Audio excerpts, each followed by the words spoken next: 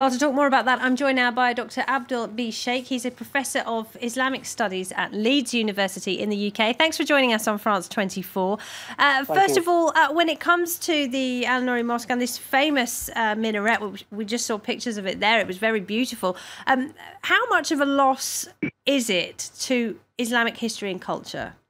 I mean, it's a huge fundamental loss. The actual mosque has actually stood for nearly over 900 years, and the actual mosque was very famous in terms of its leaning minaret. So the different legends, Christian and Muslim, basically having different views in terms of why the actual minaret was leaning. So as far as the Christians were concerned, it was actually leaning towards the actual tomb of the Virgin Mary. As far as Muslims are concerned, it's to actually mark the actual area where Muhammad had actually gone past when he was actually ascending to the heavens from Jerusalem. So for the residents of Mosul, the actual loss of the mosque minaret is it's a huge loss, and the mosque was of paramount importance.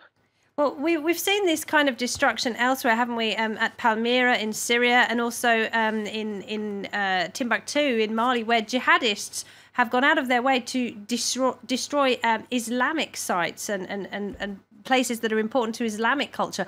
Why do these extremists have no regard for their own culture and history?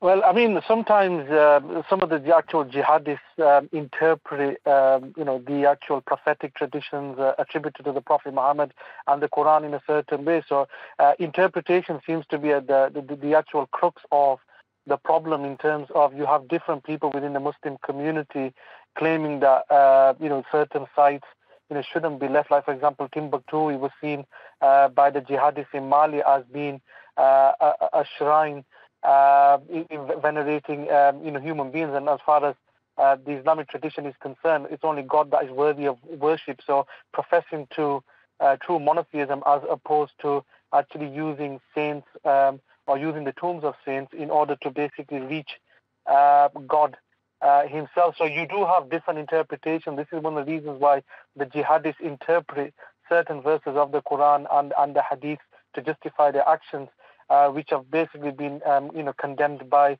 the vast majority of Muslim scholars around the world. A lot of beautiful monuments have been destroyed, and also, more seriously, an awful lot of lives have been lost to violent jihadism. As the physical caliphate of the Islamic State is destroyed in Iraq and in Syria, what will happen to this ideology?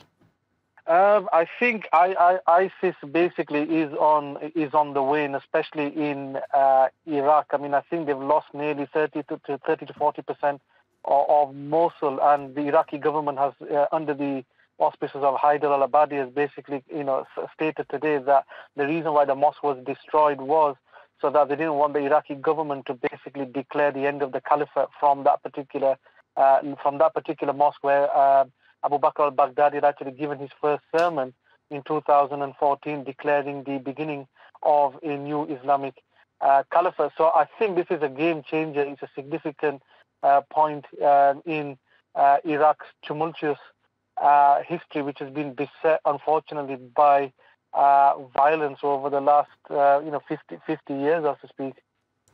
Dr. Shaikh at Leeds University, thank you very much indeed for joining us. No problem.